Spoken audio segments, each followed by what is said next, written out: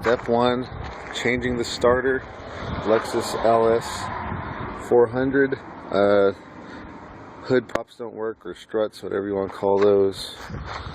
Take off this intake. Got that baseball bat there. I may or may not take the hood off. Damn thing weighs a ton if your struts don't work. Alright, here we go.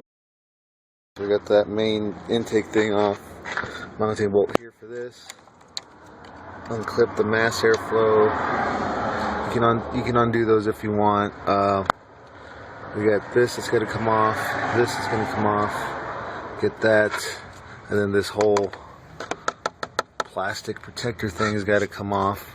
So we'll get those off.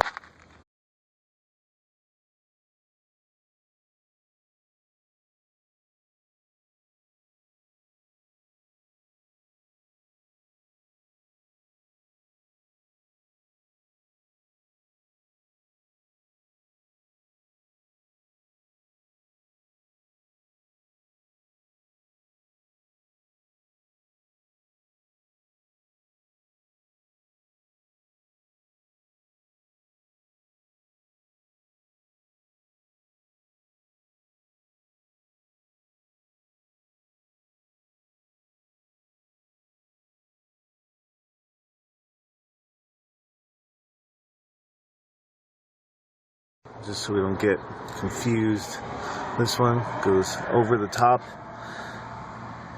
to that little pulley right there. The big one goes under and under to the little pulley right there. Let's try to remember that.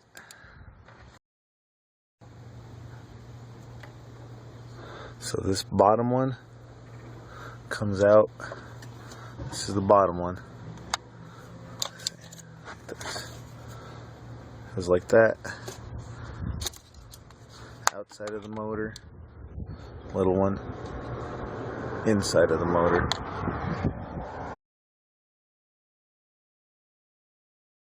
Alright, so if your car is old and crusty like mine, that air intake that comes off the throttle body, and it also has a pipe that connects to here.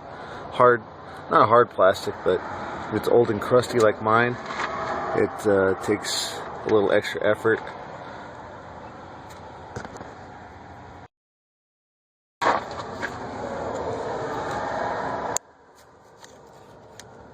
Simple when you do it like that.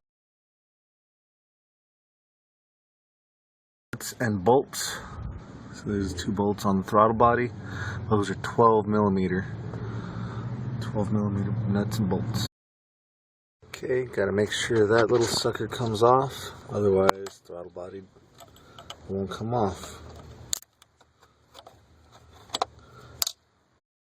Get that. Once you get that little hose off, right under that big one, looks like you got 2 more. A large one that's a vent, and then another one looks like it might connect to the motor or something, coolant, oil, something.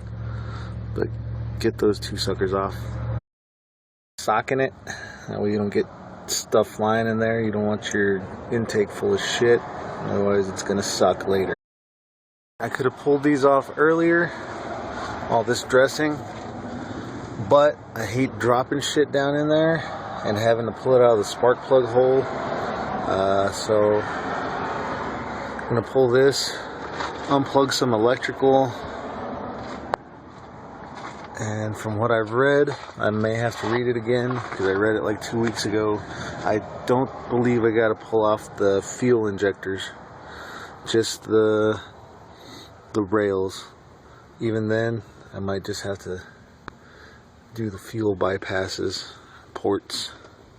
I don't know, we'll see. I think it's just that one, because it looks like that just wraps around, goes to that one. We'll find out. So the fake valve cover is pulled, that's exposed. There's only a few.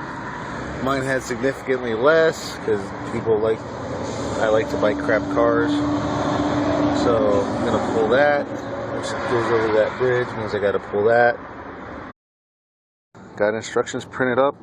Wife and mother-in-law worked on it. Got this off of Lexstream. This is where I was looking it off of, Lexstream. Thank you. Alright, going over that. So disconnected the, whatever the hell that is, the coil. Use one of these little hook dealies. They really help. Looks like the water temperature. And then I'm going to disconnect this. But get some of those. They really help. Unhook the 4 injectors on this bank. Got all those suckers done. We'll go to the other bank. This little hose, it's got a pound sign on it. I don't know if you can see it. Goes to right there on that. Then there's a, looks like a fuel line right there. Take that off. And then it says also to remove the rear radiator hose bridge. So I'm guessing it's this jumble of cords right there, or jumble of hoses. I'm just guessing though. I'm on this side. This big hose went to something earlier, so let's when we rebuild this, we'll see where the hell it goes. Alright, so I have a little method for this. See that? You're supposed to squeeze it, wiggle it, but it's in there like freaking super glue, so that stuff don't work. It was the same deal for that. So I have a method. Stick this little pick dealie in there, and kind of lift it, stick it in, lift it, grab it, and wiggle that puppy out. Ta-da! Not pretty, but effective. Alright, so this little sucker right here, this little plug, it tricks you. This is not it. That's not how you get it out. There's a little tiny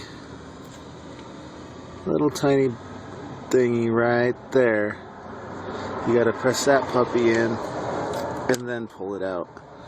Of course, obviously that was loose because I don't want to go through that hassle again, but the more you know.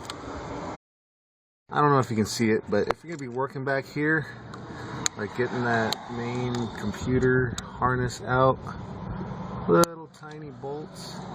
Now I was lucky I didn't drop it, but there's magnets and stuff, so tiny screws. Use a magnet, save yourself a lot of. So my brainiac self was trying to save a step or two and try to take the intake manifold out as a unit. I think it could be done, but I'm not a smart man, but I know what love is. And yeah, so it looks like I'm gonna have to take off this upper intake manifold so I can get to that stuff in the back, because Mongo hands, I can't reach shit back in the back. Can't get the tiny stuff. So yeah, I'll take that off and we'll see how that goes. See you in a few minutes. Looks like there's 1, 2, 3, 4, 5. Looks like I'm gonna have to try to take this off because I can't fit any pliers right there. Well, not any pliers that I have. Maybe somebody could fit their pliers. We'll see. I'll let you know when. Alright, so I was able to move that little clip. Stuck my trusty hook in there. Pulled the tube till it pulled on that till I got it up. I was able to fit my water pump pliers in there. Now I just got to pull that thing off. Hopefully that saves me a step. I'm lazy, yeah, but what are you gonna do about it? Deal with it. I didn't fucking take that shit off. But it looks like it's a bunch of 12mm bolts all the way around that upper intake. Here we go. Upper intake manifold's off. One step closer. That sucker's a beast. 10mm top left, 12 millimeter, bottom right. Still got to take some of that stuff off. Almost there.